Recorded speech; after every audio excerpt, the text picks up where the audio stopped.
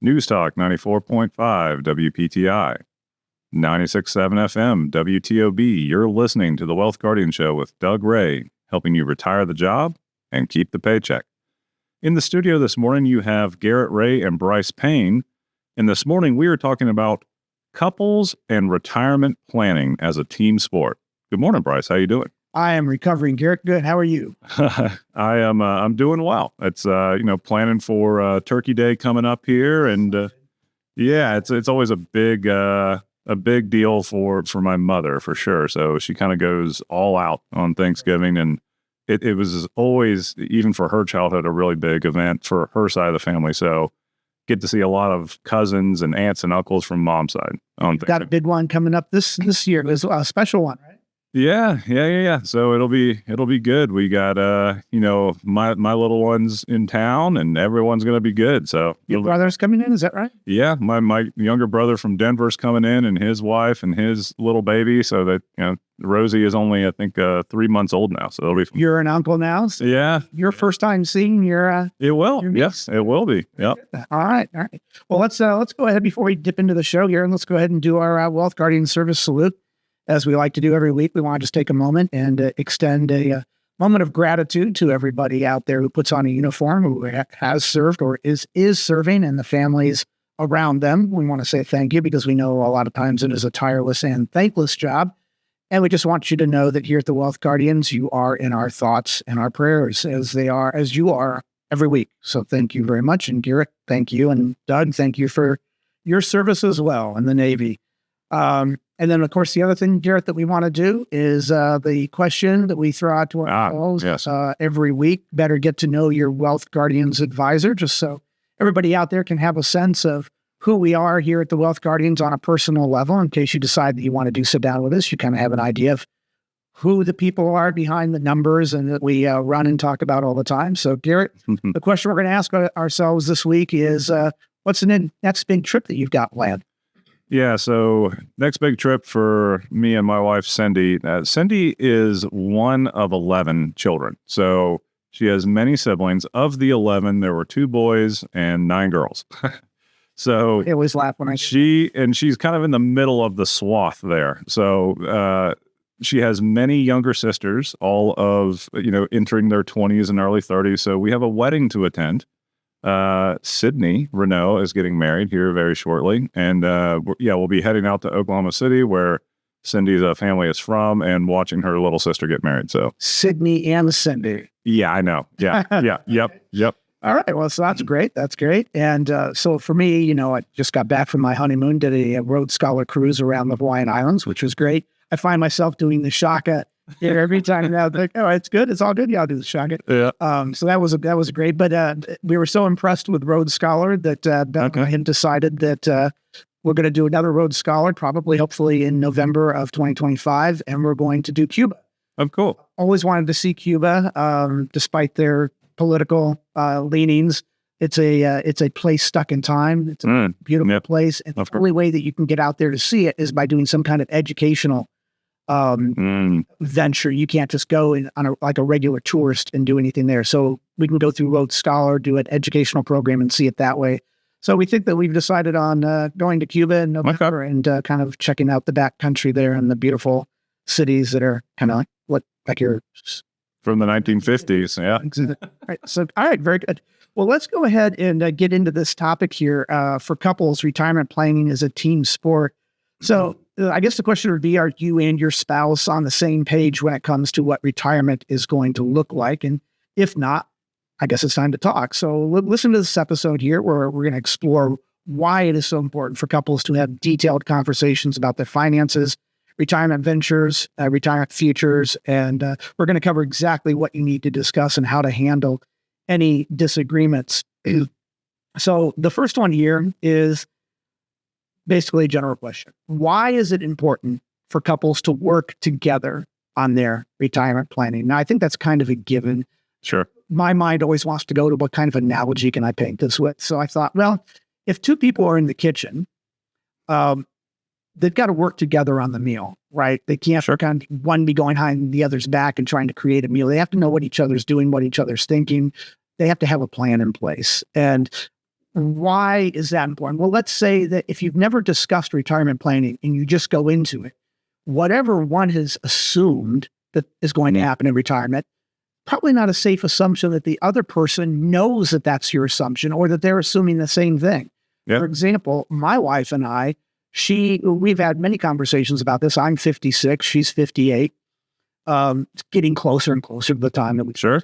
Yeah. You know, we see many people in here who are our age now, and she wants to work until 65. She thinks she has to work until 67 because I'm on her healthcare plan. There's ways around that. Sure. So she wants to work till 65. I kind of like to work until 70. I enjoy what I do. It's not physically taxing what I do. And so, but if we didn't have that conversation, and I remember the first time we did have this conversation, and I told her that I wanted to work until 70. She was a little surprised by that. Yeah. She was like, well, wait a minute, I don't want you to work till 70. I want to go out and for us to do things. Yeah. Well, retirement can kind of be a phased out kind of thing, right? It doesn't mean you're working 40 hours a week and then the next day you're not working any hours. It can be a phased out thing. And that's kind of how I have it envisioned in my unit. So we've talked about that so that we're on the same page. So is it important for couples to work together on their retirement planning?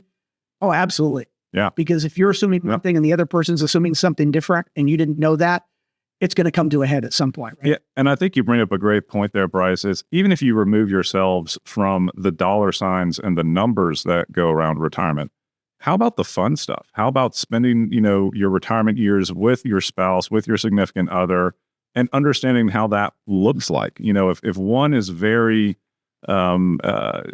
occupation motivated and they really like their job, and one is kind of, well, it's not as important to me. Understanding what that relationship looks like when you enter that phase, or one person in the marriage enters that phase and the other one perhaps keeps working. Well, how do you get that quality time back together? And how does that look like? And having just a plan for how you're going to occupy your time differently than you have the past 20, 30, 40 years. Yeah. Yeah, absolutely. So if the question is, why is it important? Well, I think it's kind of an obvious, right? It has to be on the same page with each other. You do. All right. Well, if you're just tuning in, you're listening to the Wealth Guardian Show with Doug Ray, and in the studio today is Garrett Ray and Brice Payne, and we're talking about retirement planning being a team sport and why it's important for couples to be on the same page with each other when it comes to retirement planning. And the second question we're going to go over here is kind of a two-part. Do you find that most couples have already talked about retirement plans before they meet with us as financial advisors, or is it usually their first real conversation about finances? Garrett, what's your experience? Yeah, I would say that for most folks, it's surprising to me how many don't have a plan. I think what they have is mostly good intentions, or they perhaps have some really good habits. So we meet a lot of folks who have done the heavy lifting as far as, plugging away at their 401ks or their 403bs. Maybe they're making regular contributions into a brokerage account or their own personal IRAs, but they haven't really congealed those accounts together under one sound plan where both his and hers, or one partner and the other partner, have a plan that's going to mesh the accounts together and get them aligned for a specific purpose in retirement, understanding what the expenses of the household look like versus the income coming in either off the investments or other forms of income, and getting it kind of all together under one roof or in one kind of bound copy, if you will. I run into that quite a bit where, they've been doing what you're supposed to do. Now it's just kind of getting it over the finish line to get it into one cohesive plan. I see that quite a bit. Yeah. Yeah. And I would say for me, if the question is, do you find that most couples have already talked about retirement plans before they meet with us as financial advisors, or is it usually their first real conversation about finances? I would say from my experience, it's about a 50-50. Some people have them sitting down with a financial planner is almost like them sitting down with a marriage counselor, in the sense that this is the first time they're really having a mediator in the room, and they don't know what kind of questions to ask themselves. They don't know what kind of conversations to have. So we're helping them out having that conversation. We're helping them realize this is a topic that needs to be a part of that whole conversation that they never thought of, maybe perhaps long-term care planning. They'd never thought of that being a part of retirement Oh, yeah, sure. So, but I think for most of them, to some superficial level, some high up level, yes, they've talked about how much they want to travel, or do they want to sell this house and move into another house, or do they want to live in another state? Those broad topics they've talked about, but really delving into the details, probably more often than not, they have not had that conversation. And that's our job, is to guide them through that conversation. Totally agree.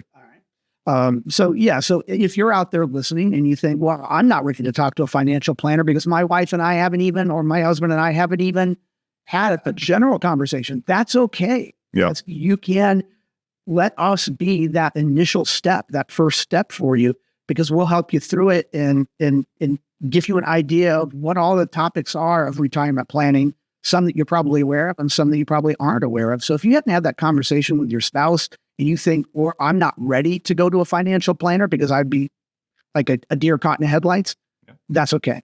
That's a lot of people come to us in that position. Don't let that scare you off. And, just take a minute here. If you are planning for retirement and you haven't talked with a financial planner yet, maybe you've already had a conversation with your spouse, maybe you haven't, but you haven't sat down with a financial planner, there is a lot that goes into retirement planning. There's a lot of things that you're going to know that conversation is going to include, and a lot of things that you didn't realize that conversation is going to include. So I highly encourage you to sit down with a retirement planner. We here at the Wealth Guardians are fiduciaries. We're obligated to act in your best interest. We're certified retirement specialists. So there is a lot that we know that we can help guide you through that conversation and help you kind of create that roadmap, if you will, to financial planning. The best part is there is no cost or obligation to sit down with us as financial planners. The financial planning process is generally about 4 meetings, but your only obligation or cost is the gas and time to come sit down in our office with us. And we'll see how we can help you, what services we provide. Maybe that will help you get ready for retirement and have you feel more confident about as you enter that retirement stage of life. So if you want to do that, give us a call, 336-391-3409. That's 336-391-3409. You can also reach out to us at thewealthguardians.com, and Joy or Lynn will get you on a calendar so you can meet with us, sit down, and see what services and expertise we can provide in getting you on the right track for retirement. Garrett, anything to add to that? Oh, you wrapped it up there. All right. Well, we also have to wrap up this first segment. So before we do that, we've always got to go to our trivia question here. And this trivia question is going to revolve a little bit around Thanksgiving. Okay. Timely. Garrett, what is that thing, the name of that thing that is in turkey that makes us so tired when we eat a lot of it on Thanksgiving? Okay. All right. I think he's got the name of that. I can tell the confidence gleam in his eye. All right. Well, that's all the time that we've got for this first round here. Stick around for the answer to that trivia question on the other side of this break with Garrett Ray and Brice Payne. This show is the Wealth Guardians, and we are helping you retiring the job and keeping the paycheck. This is News Talk 94.5 WPTI, and this is 96.7 FM WTOB. News Talk 94.5 WPTI, 96.7 FM WTOB. Welcome back to the Wealth Guardian Show, where we continue to help you retire the job and keep the paycheck. I'm Brice Payne in the Wealth Guardian studio this morning, along with Garrett Ray. And in this segment, we're going to continue our discussion on retirement planning is a team sport for couples and how couples need to work together when it comes to making some of the biggest decisions in the later years of your life. And so in the second segment, we're going to continue discussing that. But before we get to the trivia question answer and see if we stumped Garrett this week or not, I want to ask you this. Are you planning to retire at some point? Probably are. Have you met with a retirement income certified professional who's also a fiduciary? Well, I would hope that you have, but if you haven't, I'm going to invite you, I guess is the word, to take us up on a complimentary review of your current situation. So as certified retirement planning specialists, we're going to put together for you a customized written retirement plan with strategies for portfolio allocation, income distribution, Social Security filing, and tax efficiency, with the additional benefit of often reducing both the risk and fees of your current plan. So if you've put aside at least $400,000 and you want to take us up on this no-cost, no-obligation review, call us at 336-391-3409 or go to thewealthguardians.com. That's thewealthguardians.com to learn more. Let us show you in black and white how to retire the job and keep the paycheck. All right, now let's go ahead and get to this trivia question. Garrett, I asked you this. Let's go ahead and go over it again. What is, on Thanksgiving Day, that thing in turkey that makes us so tired? I believe it's a special amino acid I think it's called tryptophan. I think that's right. Yeah. And you even got bonus points there because I was going to ask you the name of it, not what it actually is. But you are exactly right. Tryptophan is found in many foods, including meat, poultry, eggs, dairy, bananas, oats, pumpkin seeds, sesame seeds, chocolate, dried dates, soy, tofu, and tree nuts. Its function, the body uses tryptophan to make serotonin and melatonin, which helps regulate sleep, mood, and appetite. Tryptophan is also used to produce niacin, which is important for energy, metabolism, and DNA production, and the health benefits. Tryptophan is important for growth and development, bone health, immune regulation, and mitochondrial functions, and it is an amino acid. You are correct. It's the essential amino acid that the body needs to function properly. So yeah, I'll give you a couple of rings. That's not.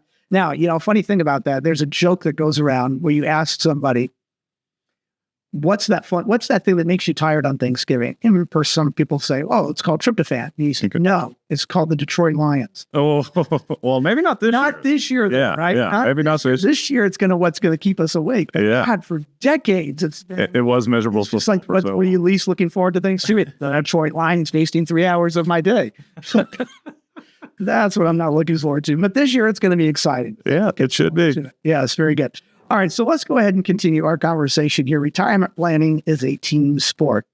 So that's what we're going to ask you is, what are the most important topics that couples need to discuss when planning for retirement? And what are some of the things that husband and wife often disagree on when it comes to their retirement planning? I'll go first on this one, Garrett. Okay. I will say, as far as what's the most important topics that couples need to discuss, I would say budgeting. Yep. Legacy goals. Absolutely. So for that part of it. And then what are some of the things that husband and wife often disagree on? Long-term care insurance needs. I find that oftentimes it can be a challenging conversation. And here's why. Long-term care is expensive. It is. And the idea of you spending money on you not being healthy is a hard thing, perhaps particularly for men, to digest and accept. I'm going to need to lean on somebody else because I'm not going to be healthy. Somebody comes to a retirement planning specialist, they're 50, 60 years old, probably been to a certain degree healthy most of their life. They don't like the idea of having a conversation about them not being healthy, particularly when it comes to being a huge financial challenge or setback. I would agree. Yes. The women I find anyway are much more open to having that conversation. Yep. Than the men are. The men like to think, well, if my wife's not feeling good or she's getting late on her later years and needs help, doggone it, I'm going to be the one that's going to help her out. Yep.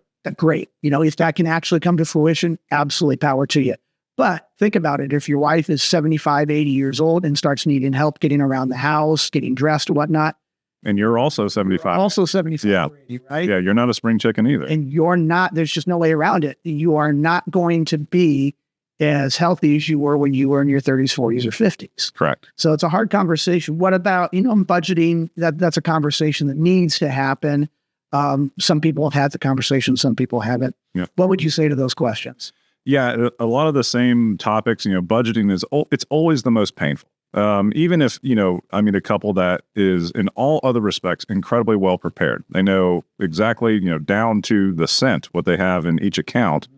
It becomes more fuzzy when you start asking about the monthly or annual budget.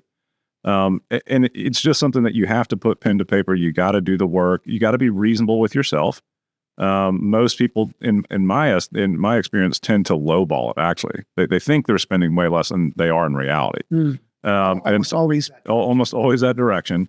And so, that's up to the advisor to kind of help carefully guide that conversation. But, to some degree, you have to rip the Band-Aid off and just accept what is so that you can do the appropriate planning.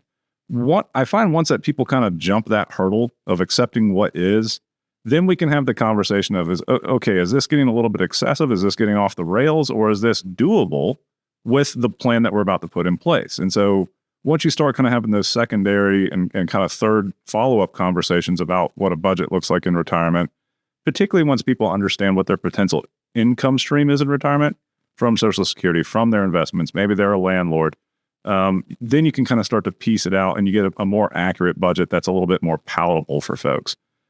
I do find that for most people, if you approach it in a kind of a stepwise fashion, then it's much more palatable and easier to understand when the budgeting piece. The other one that I run into is, what a husband and wife necessarily disagree with.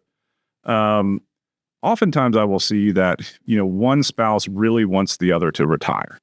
But let's say one is kind of a workaholic, right? Yes. Or he or she just doesn't know what they would occupy their time with if not for their job.